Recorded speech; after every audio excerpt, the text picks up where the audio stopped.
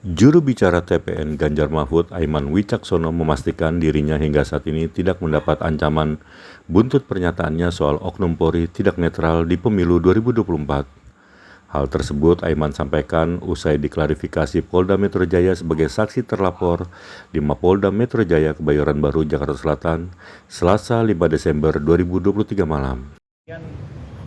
uh, Pasal ujaran kebencian terhadap SARA ini punya konsekuensi hukum yang tidak ringan, di atas 5 tahun penjara ancaman pidananya. Dan pada saat saya konferensi pers itu jelas saya mengatakan bahwa saya mendapatkan informasi ABC ya bla bla bla, dan di ujungnya saya sampaikan bahwa mudah-mudahan informasi yang saya terima ini salah. Ini artinya memang untuk mengingatkan, bukan bicara untuk memfitnah, menyebarkan kabar bohong dan sebagainya. Ya. Jadi sekali lagi ini bagian dari demokrasi untuk mengingatkan. Ya, dan perlu kita sampaikan, bukti dari pelapor itu adalah bukti potongan dari sosial media, dari TikTok, dan ini menjadi perhatian kita karena kita tadi melihat ya tersebut. Dan sebenarnya apa yang disampaikan oleh saudara Aiman Wicaksono harus dilihat secara utuh.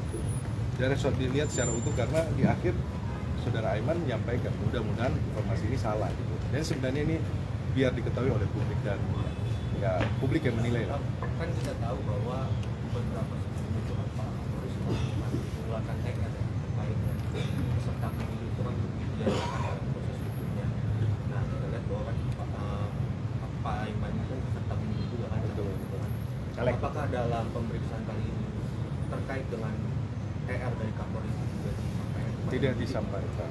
Jadi tidak disampaikan terkait dengan telegram dari Kapolri bahwa peserta pemilu tidak dapat diproses pidana gitu. Harus menunggu sampai proses pemilu selesai. Terima kasih buat rekan media yang sudah mengingatkan. Harusnya ini menjadi catatan khusus ya bahwa apa yang menjadi TR atau menjadi apa yang menjadi undang-undang atau apa itu harus dihormati lah. Jadi kita aturan main itu kita harus jaga bersama.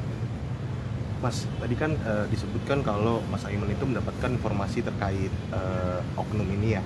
Ini kalau boleh tahu, boleh nggak sih disampaikan oknumnya? Saya pikir ini adalah proses hukum dan teman-teman yang tadi kita sampaikan di awal bahwa Mas Aiman Wicaksono tidak berdiri sendiri disampaikan. Jadi ada bukti-bukti juga. Itu bukti-bukti itu yang kita sudah serahkan kepada penyidik.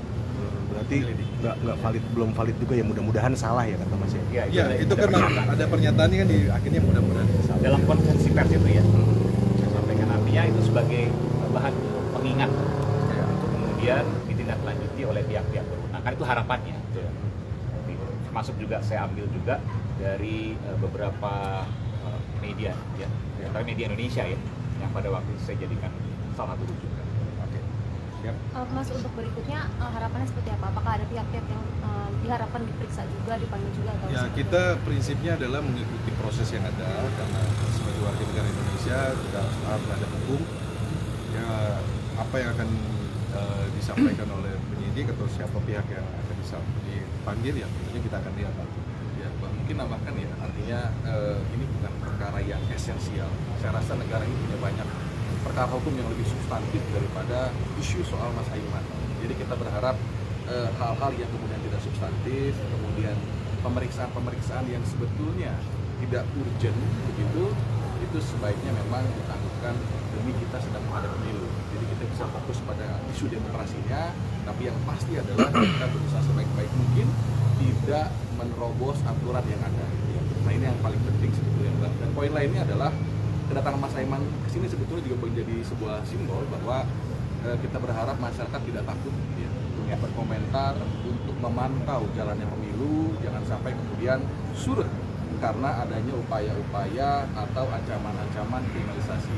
Jadi saya percaya polisi pasti profesional, ya, dia akan lindungi pemilu yang sekarang hari ini sedang berlangsung, dan kemudian ini juga bagian kecintaan kita kepada kepolisian itu untuk berpartisipasi dalam menjaga demokrasi di negara kita.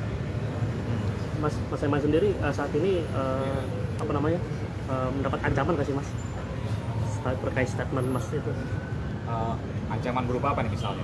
Ya, kalau fisik, Ancaman iya. Ya, saya berharap bahwa tidak ada ancaman. Ya, saya berharap tidak ada intimidasi apapun, dan saya percaya bahwa kita harus melaksanakan pemilu ini saya sepakat dengan sukacita gitu ya. Iya. Tapi juga jangan lupakan bahwa pemilu ini juga harus berlangsung secara jujur dan adil. Berarti ada mas ancaman itu. Berarti ada. Saya berharap tidak ada. Sampai saat ini? Ya. Sampai saat ini ada mas. Sampai saat Belum ini ada ya? belum Saya ada mas. berharap tidak ada. Ya, dan yang paling penting adalah kami berharap bahwa jangan hukum dipakai sebagai alat ya untuk menekan orang yang tidak mampu, atau orang kecil. Dan kalau dalam posisi ini kita melihat bahwa semua proses sudah terbuka dan masyarakat memantau dan ini menjadi perhatian dari semua publik ya dalam proses ini.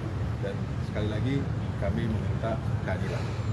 Terima kasih. Terima kasih. Terima kasih. Terima kasih. Advokat Abernas luar biasa. Mas, aku mau konfirmasi mas. Tadi kan mas